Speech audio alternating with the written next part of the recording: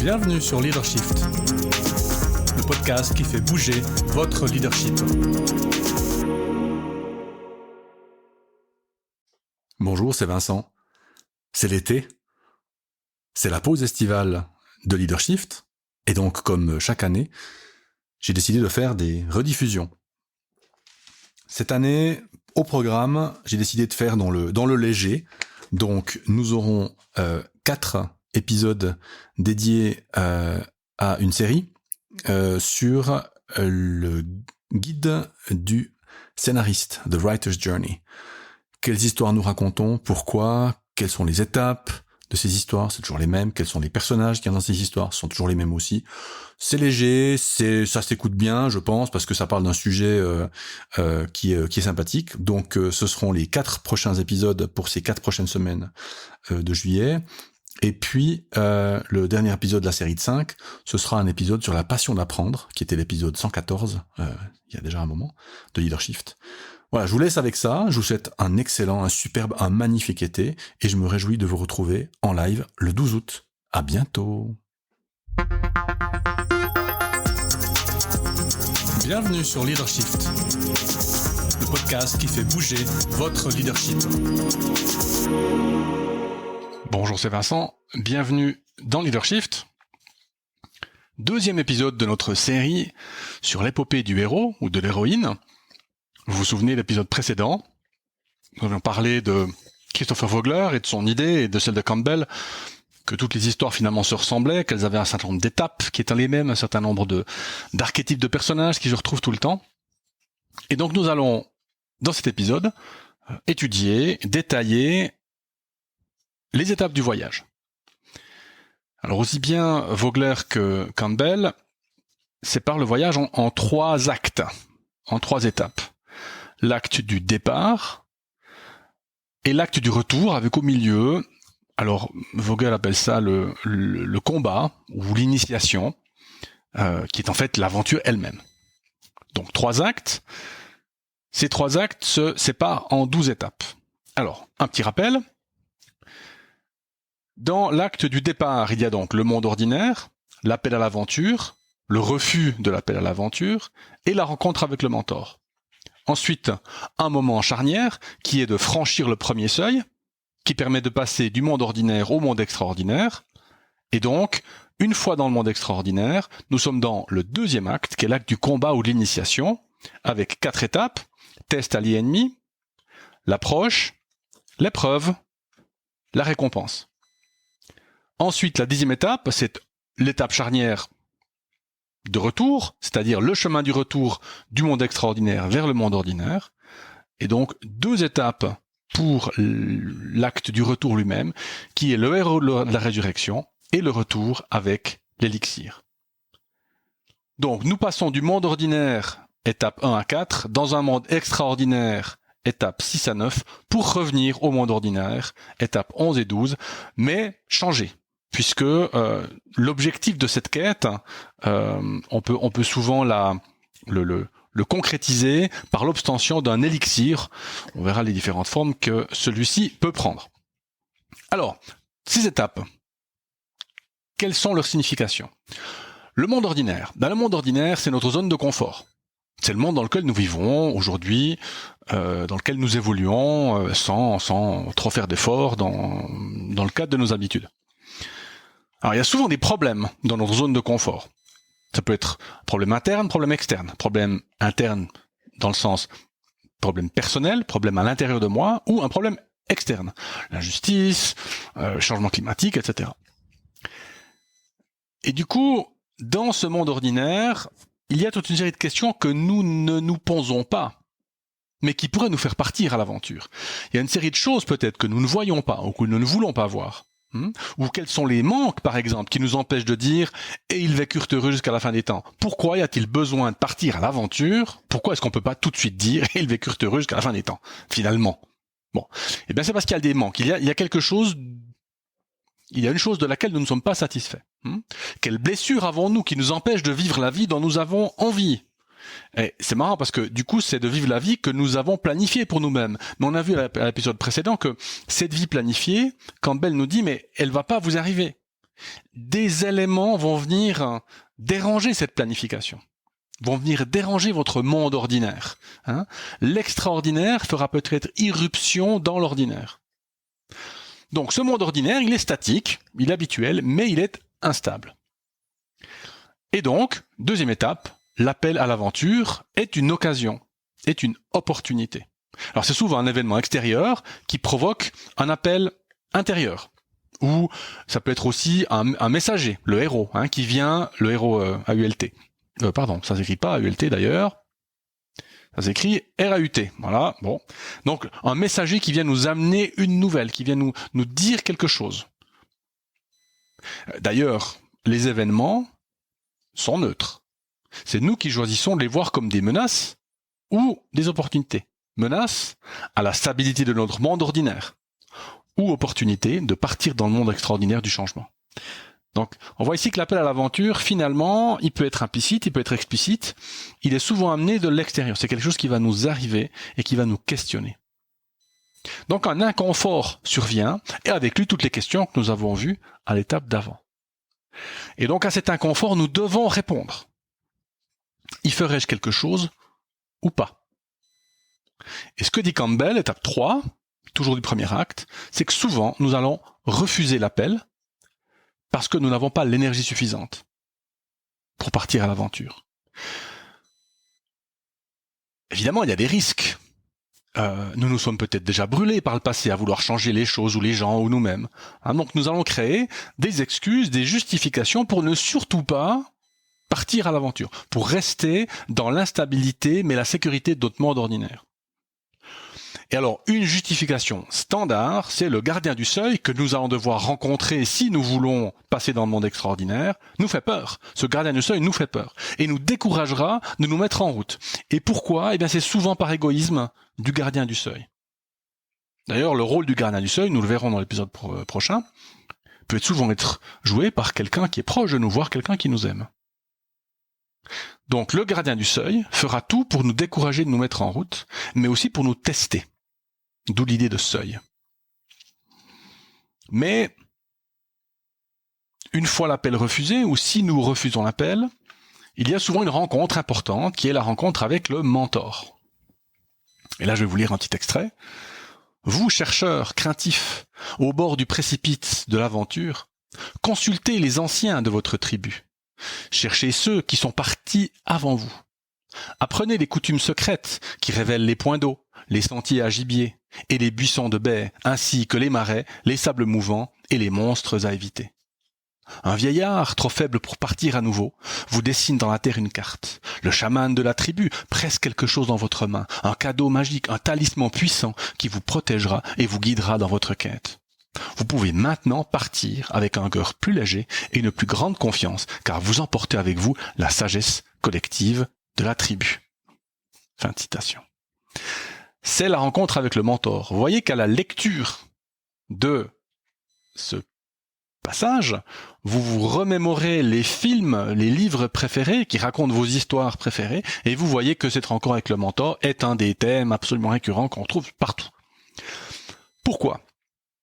Parce que cette étape, elle vient juste avant le franchissement du seuil. Et donc, nous avons besoin de nous préparer. Nous avons besoin de sagesse, nous avons besoin d'outils, nous avons besoin de connaissances, nous avons besoin d'un mentor. Alors, mentor, c'est qui? Un mentor, c'est M minuscule, une ou un mentor.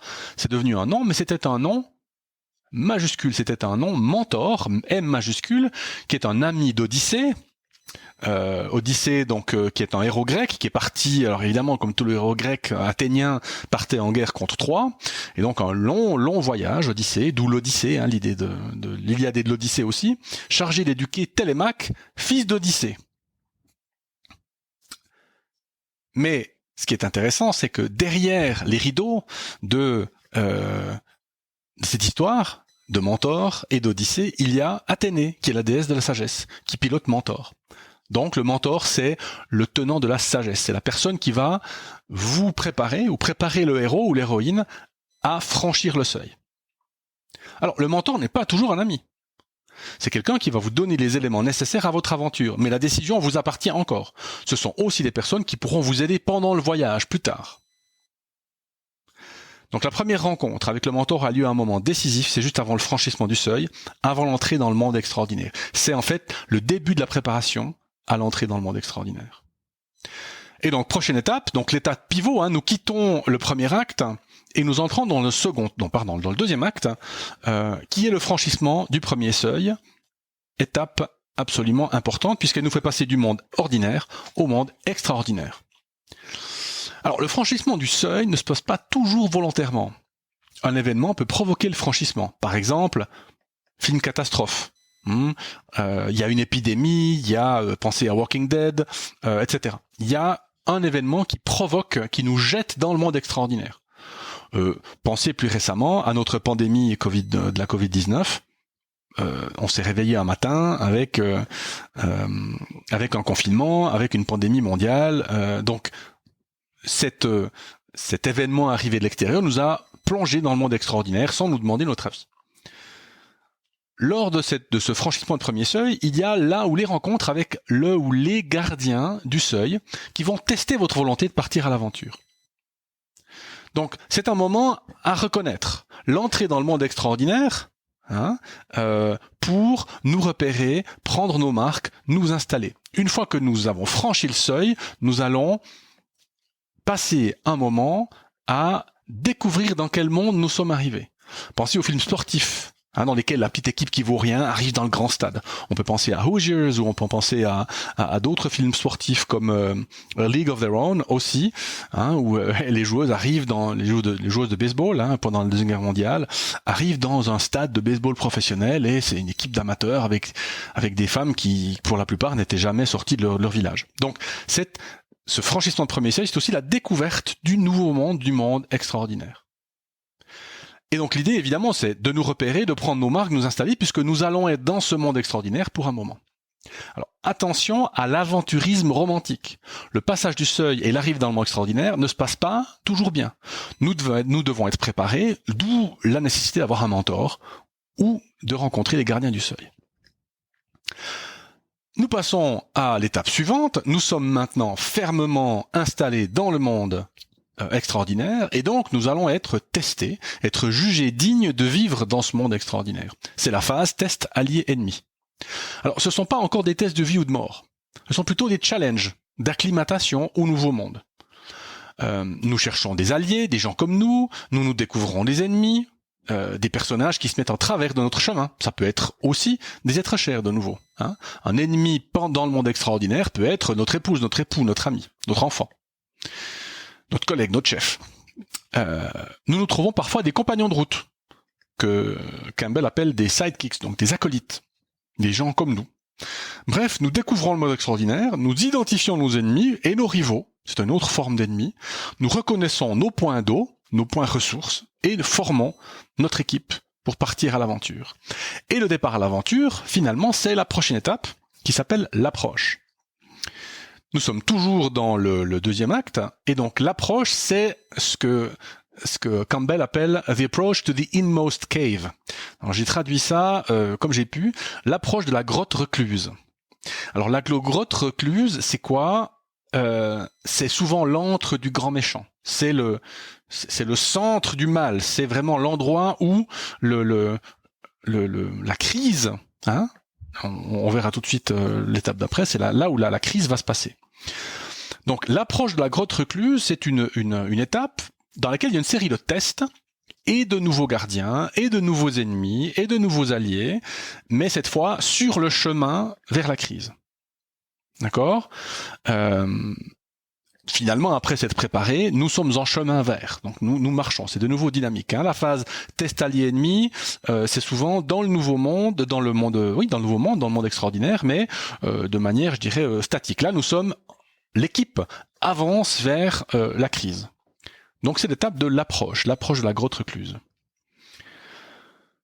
Prochaine étape, comme annoncé, la crise. Alors, le mot crise en français est pas tout à fait synonyme du mot anglais. En anglais, c'est ordeal, O-R-D-E-A-L, qui se traduit aussi par supplice. Alors moi, je traduirais ça par la rude épreuve, puisque c'est rude. Donc notre héros, notre équipe est dans la grotte recluse, on y est arrivé, on est au centre du mal, on est là, on doit aller voler l'élixir, ou on doit aller trouver la clé de l'histoire. Et donc souvent le héros va mourir, ou presque mourir, pour renaître ensuite. La mort peut d'ailleurs être symbolique. Alors c'est une crise existentielle, mais qui n'est pas encore le climax, l'apex de l'épopée, qui vient plus tard. En revanche, dans l'épreuve et la crise, la mort est omniprésente. Soit celle du héros, soit celle d'un acolyte, soit celle d'un allié, le mentor, etc. On peut penser à Star Wars, la mort de... j'ai oublié son nom maintenant, qui meurt dans le combat contre Dark Vador. On peut penser à la mort de Gandalf dans le Seigneur des Anneaux, dans la Compagnie de l'Anneau.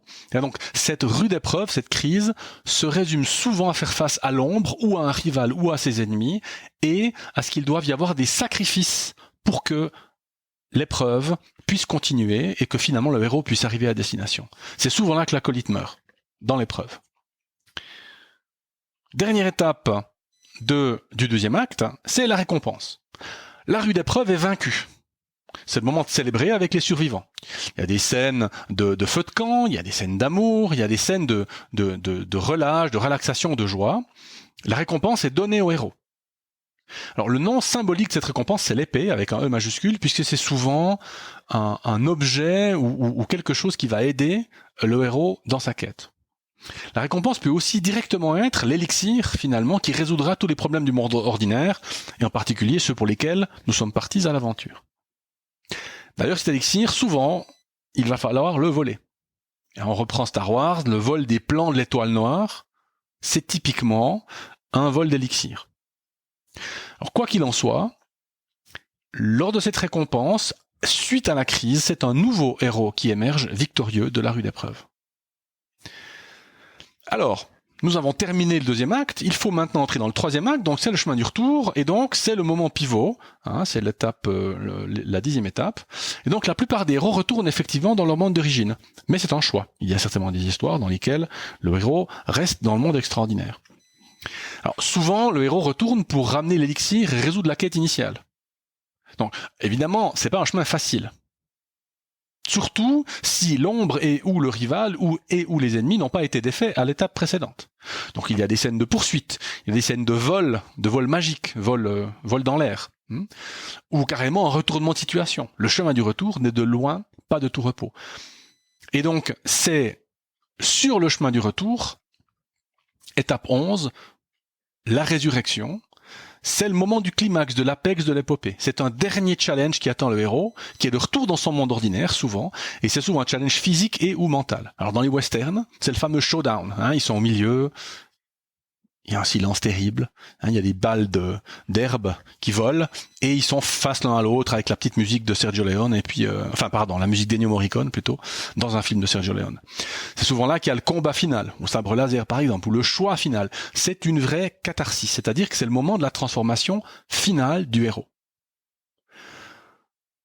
C'est l'avant-dernière étape. Pourquoi ? Parce que dans la plupart des histoires que nous avons considérées jusqu'à présent, le héros gagne, termine. Alors, ça peut arriver qu'il se sacrifie pour le bien d'autres personnes. Et donc, c'est le dénouement, dernière étape, le retour avec l'élixir, où le héros retrouve son monde ordinaire et le change, puisque lui est changé, de la manière la plus positive possible. Voilà les 12 étapes. Alors, il est temps, je pense, de faire un exemple concret dans une vie professionnelle, et j'ai choisi la formation. La formation en entreprise. Bah oui, en fait, vous êtes exactement dans le schéma de Campbell et de Vogler. Je vous dis tout de suite pourquoi. Première étape, le monde ordinaire, vous êtes au job, bon, ça va bien, mais de nouveau, des choses dont vous n'êtes pas forcément content, des choses qu'on pourrait améliorer, bon, etc. L'appel à l'aventure, entretien de fin d'année. Votre chef vous dit, mais il faudrait peut-être que tu améliores le machin du truc, etc. C'est un appel à l'aventure. Étape suivante, refus de l'appel. Évidemment, j'ai pas le temps, puis j'ai pas besoin, puis de toute façon ça changerait rien, et puis bon. Et puis là, vous avez la rencontre avec le mentor, étape suivante. Qui est votre responsable RH ? Qui vient et vous challenge et vous dit « Mais jeune Padawan, tu vas découvrir un monde extraordinaire et tu vas revenir avec l'élixir. » Et là, vous dites « Oui, j'y vais, tada !» Et donc, le franchissement du premier seuil, c'est le choix de la formation, l'inscription. Et là, le gardien du seuil, c'est par exemple le formulaire de 82 pages en 3 copies carbone qu'il va falloir écrire avant de s'inscrire.